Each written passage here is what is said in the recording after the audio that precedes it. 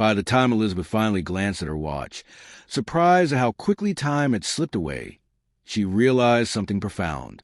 This man, this stranger, had walked into her evening uninvited. Yet instead of fear, he had left her with a sense of connection. He had reminded her that kindness still existed, that conversation still had power, and that sometimes barriers only exist until two people choose to see each other clearly. And as she looked once more at Marcus, humble, steady, and sincere, she thought to herself, maybe breaking barriers starts with something as simple as a knock on the door and the courage to answer it. The glow of the newly repaired garage light stretched far beyond Elizabeth's driveway, spilling onto the quiet suburban street. The steady shine illuminated the shrubs, the mailbox, and even a few yards away to the sidewalks where shadows once lurked. For Elizabeth, it wasn't just a fixed light. It felt like the night itself had been softened, made less intimidating. She and Marcus lingered outside, their conversation flowing more easily now. They laughed at small things, stories from his childhood, anecdotes from her past with Robert, and the sound of their voices carried into the still air. For Elizabeth, it was the first time in years her driveway had echoed with laughter, the kind that made the world feel less lonely. But soon she noticed something else. Movement. Across the street, a curtain shifted. Just a slight tug, but noticeable enough in the glow of the garage light. A silhouette lingered, watching. A few houses down, an older couple walking their dog slowed their pace, glancing in their direction before whispering to each other. Another neighbor stepped out to take out the trash, pausing just long enough to glance curiously at the sight of Elizabeth standing in her driveway with a younger man, tools in hand, the two of them laughing together under the bright glow. Elizabeth's stomach tightened. She wasn't naive. She knew how neighborhoods worked. People noticed things. People talked. She had lived here long enough to understand how quickly whispers could turn into stories. And the sight before them, an older white widow speaking warmly with a younger black man on her driveway at night, would undoubtedly stir more than a few whispers. Her laughter faded. She suddenly became aware of her posture, the closeness of where she stood, the brightness of the light exposing them as though they were actors on a stage. She imagined the conversations that might follow. Did you see Elizabeth Carter? Standing outside with some handyman late at night. I wonder what that was about. Don't you think it's a little unusual? The thought made her cheeks flush, but this time it wasn't embarrassment. It was the heavy weight of judgment pressing down on her. Marcus noticed the shift instantly.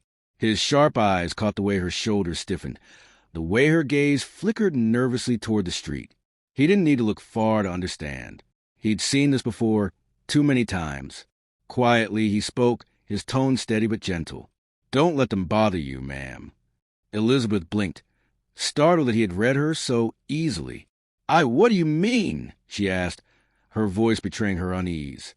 Marcus tilted his head slightly toward the shifting curtain across the street. The neighbors, people staring, people wondering, happens more often than you'd think. Elizabeth swallowed hard, her throat dry. She hated to admit it, but he was right, and the truth was, her discomfort wasn't only about them. It was also about herself. Somewhere deep inside, old fears and old habits whispered to her. What would they think of me? She lowered her eyes, ashamed of her own hesitation. I suppose I shouldn't care, but I do. I've lived here so long. I can almost hear the conversations already. Marcus leaned against the ladder casually, his expression calm, unshaken by the scrutiny around them. People will always talk, ma'am. Doesn't matter what you do. If it wasn't this, it'd be something else. The way I see it, you can either live by their whispers or by your own truth. Elizabeth looked up at him, surprised by his composure. There was no anger in his voice, no defensiveness, just quiet certainty, the kind that came from years of learning to stand tall in the face of judgment. But she pressed anyway, her voice low. And what truth do they see right now? An older woman standing too long outside with a stranger? Maybe something they'll twist into gossip by tomorrow morning. Marcus met her eyes steadily, unflinching. No, ma'am. What they're seeing is a woman who needed a light fixed and a man who fixed it. Anything else they imagine, that's on them, not on us. His words struck her, simple but powerful. Still, the doubt lingered in her chest. It's not that easy for me, she admitted softly. After Robert died, I felt like I'm living under a magnifying glass. Every move I make, whether I sit alone on the porch too long, or forget to mow the lawn, or spend too much time at the market, someone always notices. Sometimes I feel like I'm being measured. Marcus's eyes softened. That's the thing about people, ma'am. They notice, but they don't always understand. You're the only one who knows what it feels like to live in your shoes. Don't give away that power to folks who've never carried your burdens. Elizabeth stared at him, stunned by the wisdom in his words. Here was a man so much younger than her, and yet he spoke with the kind of strength and clarity she wished she had for herself. A silence stretched between them, but it wasn't the uncomfortable kind. It was a heavy, thoughtful kind, the kind that makes you reevaluate the stories you've been telling yourself. Finally, Elizabeth let out a long breath, her shoulders lowering. You're right. I've spent too many years worrying about what others think. It's exhausting. Marcus smiled faintly, as though pleased she understood. It is. I stopped giving people that power a long time ago. Because the truth is, ma'am, some people will see me helping you tonight, and they'll just see a handyman. Others will see something to gossip about. But me? I just see a light that needed fixing in a woman who deserved to feel safe again. Elizabeth felt her chest tighten with emotion. His words pierced deeper than she expected, because they revealed something she hadn't admitted even to herself. How much she missed feeling safe, cared for, seen. And here was Marcus, a stranger, giving her that without expecting anything in return. Her eyes drifted once more across the street, to the curtain that had shifted earlier. Whoever was watching had long since moved away. Maybe they were still whispering, maybe not. But suddenly, Elizabeth realized something. It didn't matter. For the first time in years, she wasn't lonely on her driveway. For the first time in years, she was sharing real conversation, honest laughter, and a connection that felt human. Why should she let the shadow of judgment take that away? She turned back to Marcus, her voice steadier now. Thank you, not just for the light, but for reminding me that I don't have to live under their eyes, that I can choose my own. Marcus gave her a small nod, his voice low but sure. You deserve that freedom, ma'am. Everyone does. The weight in her chest loosened, replaced by a quiet strength she hadn't felt in years. She realized Marcus wasn't just repairing broken things in her house. He was repairing something far more fragile, the courage in her spirit. The neighbors could whisper all they wanted. Let them. Tonight, Elizabeth chose to stand in the glow of her own truth. The garage light glowed brightly above them, steady and strong, like a silent guardian over the driveway. Elizabeth stood for a moment, staring up at it, her eyes shimmering with both relief and something harder to name, gratitude. It had been weeks since she'd felt such peace after dark, weeks since she'd walked into her home, without dreading the heavy shadows pressing in. She turned back to Marcus, who was gathering his tools into a worn canvas bag. His movements were steady, deliberate, but there was a humility about him, as though fixing things was simply second nature, not something that deserved thanks. Elizabeth clasped her hands together, hesitating. She wanted to say something meaningful, something that could express just how much his kindness had shifted her evening, but the right words felt stuck. Finally, she blurted softly, Marcus, I don't know how to thank you enough. He looked up, the corner of his mouth curving into a faint smile. No need to thank me, ma'am. It's just a light.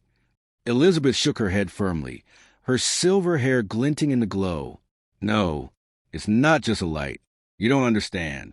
For weeks, every time I stepped outside after dark, I felt like I was stepping into danger. My house hasn't felt like a home. It's felt like a shadow. And tonight, you've given me back something I didn't realize I'd lost. Comfort. Marcus blinked, his expression softening. Her voice carried weight, and for once, he seemed unsure how to respond.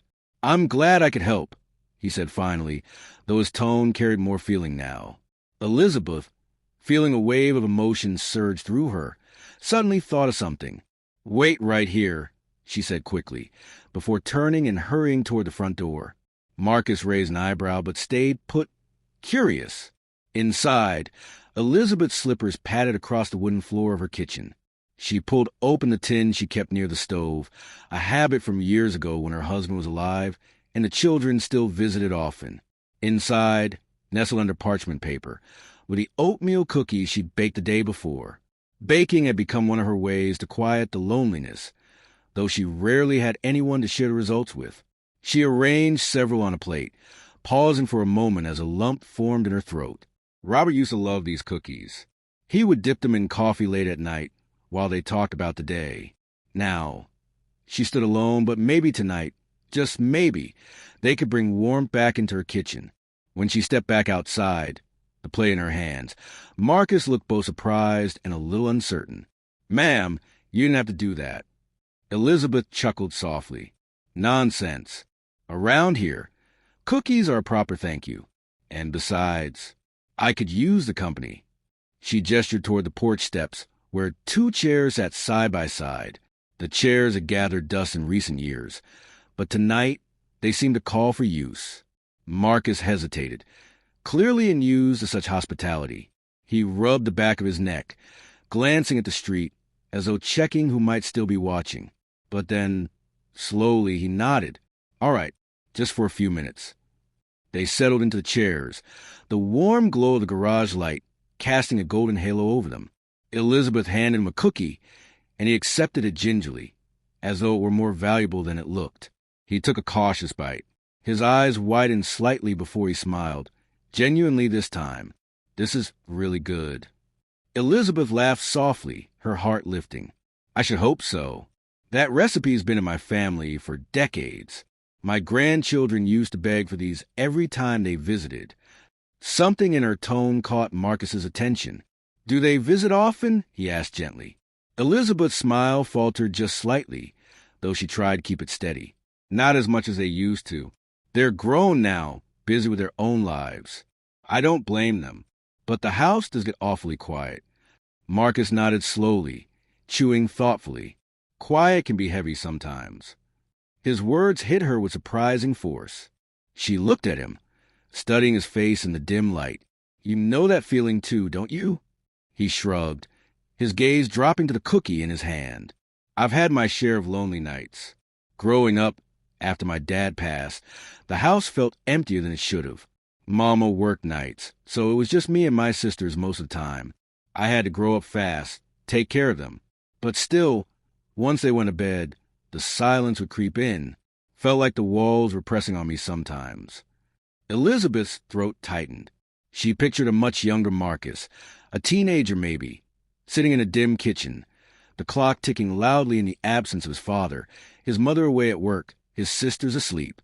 She saw the weight of responsibility on his shoulders, the loneliness of carrying burdens too young.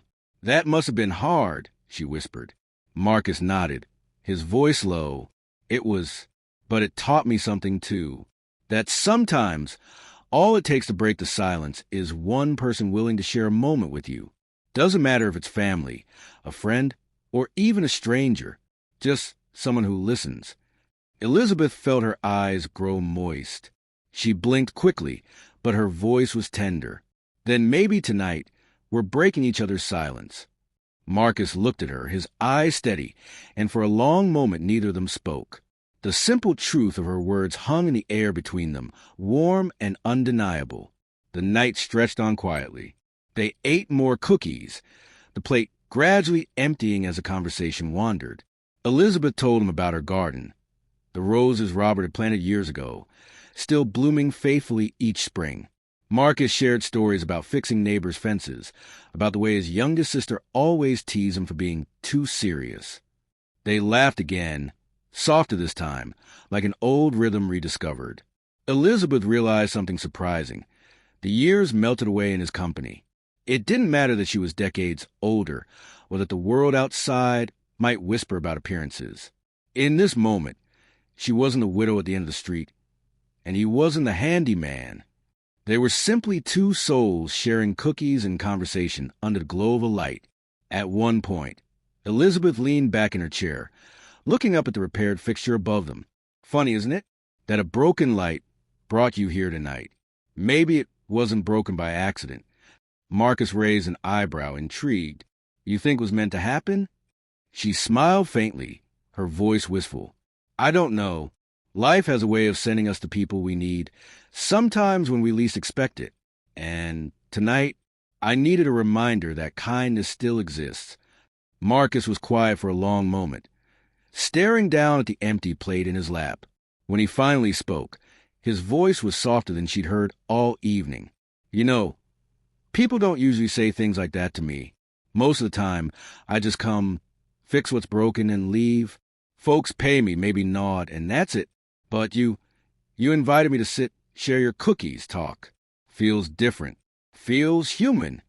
Elizabeth's chest swelled with emotion. She hadn't expected her simple gesture to mean so much, but she saw the truth in his eyes. Marcus wasn't just hungry for cookies. He was hungry for acknowledgement, for connection, for being seen beyond his work. She reached over gently, resting her hand briefly on his arm.